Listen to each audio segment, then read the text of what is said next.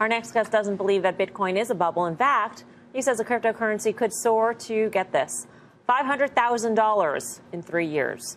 The always controversial John McAfee joins us now. John, great to speak with you. Great to speak with you. Thanks for having me on. How do you get to $500,000 in 3 years? Well, let's not worry about that. Let's worry about people calling you got the a bubble. bet going online on that. Yes, I do. People are calling Bitcoin a bubble that's bursting. Now, keep in mind that 2 months ago, Bitcoin was at $2,900, and people were saying it's never going to hit 3. Well, it hit 4 and it hit 5. If you look at the long-term trend of Bitcoin, it has been consistently up.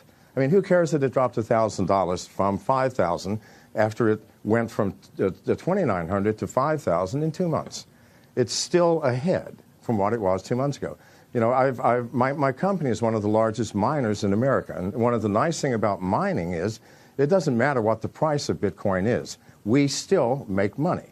As the price goes down, there are fewer competitors for mining, and the difficulty rate decreases, and we simply mine more coins. So I know as well as anybody what the price of Bitcoin is, and it is consistently increasing. I understand. You're going, oh, wow, the bubble's burst. Go ahead. You know, Jamie Dimon was very clear yesterday that he's a big fan of the blockchain technology, and most people actually who even, call Bitcoin overvalued or what have you, they are believers as well in the blockchain technology. These are two separate issues. So why is that Bitcoin necessarily has to rise to these heights because you're a believer in blockchain?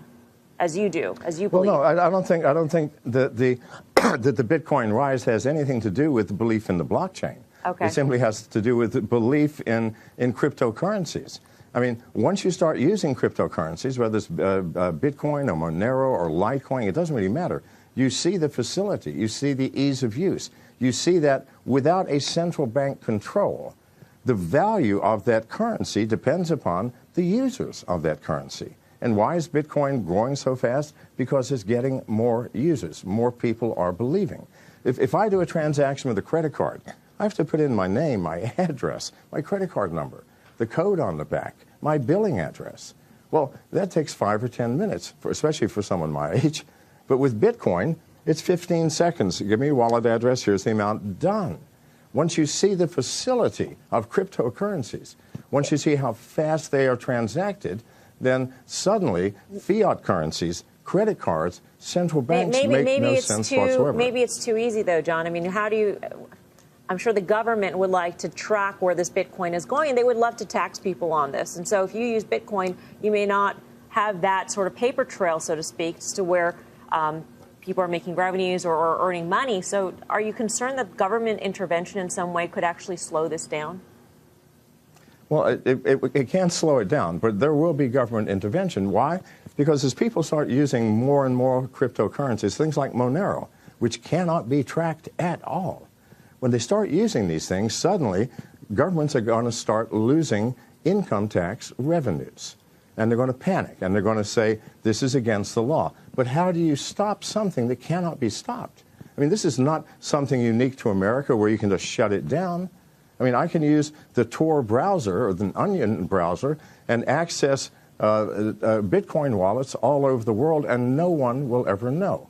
The government does not have enough enforcement personnel to ever stop Bitcoin, Monero, Litecoin, and all of the others. So they're going to have to face reality, find some other way to raise revenues. This is a fact. So, John, I got to ask you, because most people know you as a cybersecurity pioneer. They know the firm that is named after you. In between that time and now, you had a very interesting life. And actually, some reports say that, it's the insane life of John McAfee, that you once lived in Belize, which is true, allegedly got caught up with drugs and other illegal activities. Bitcoin has a bad rap of being used in the underground. That's why people want to use it, because they want to conceal nefarious activity. Do you see that potential? Are you concerned about that as attracting government regulation?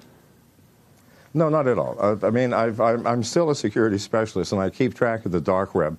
Bitcoin is very seldom used anymore on the dark web. It has been replaced by Monero as the currency of choice, because Monero is absolutely anonymous, cannot be tracked, either the sender or receiver of any transaction.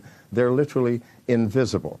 So it's not Bitcoin itself, but cryptocurrencies as a general group of things that are being used on the dark web. And that will always be the case. Bitcoin used to be the one because that was the only one available, but not anymore. So Bitcoin is sort of out of the dark web and into the light. And 99.99% of its use is legitimate. So, you know, John, I don't know if you know about this, but, you know, Jamie Dimon watches the show pretty frequently. He's probably listening to you right now. I mean, do you have any words for him as to why he's got it wrong? I mean, would you want to place that same bet that you made on the internet with Jamie Dimon, for instance? No, I would like to say this, Mr. Dimon. I respect you, sir, for your position. You know, people who rise to your position are not idiots. However, sir, what is, you called Bitcoin a fraud. I'm a Bitcoin miner.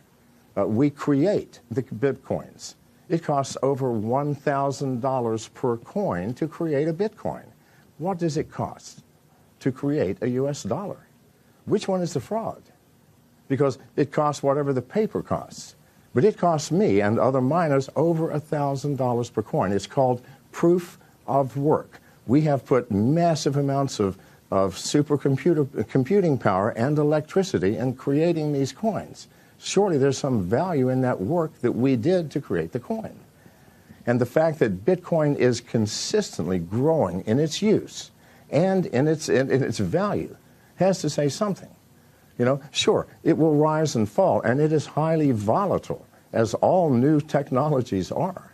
Right. And at the same time, it is certainly not a fraud. So you're pretty sure that you're not going to lose this bet that you have on Twitter?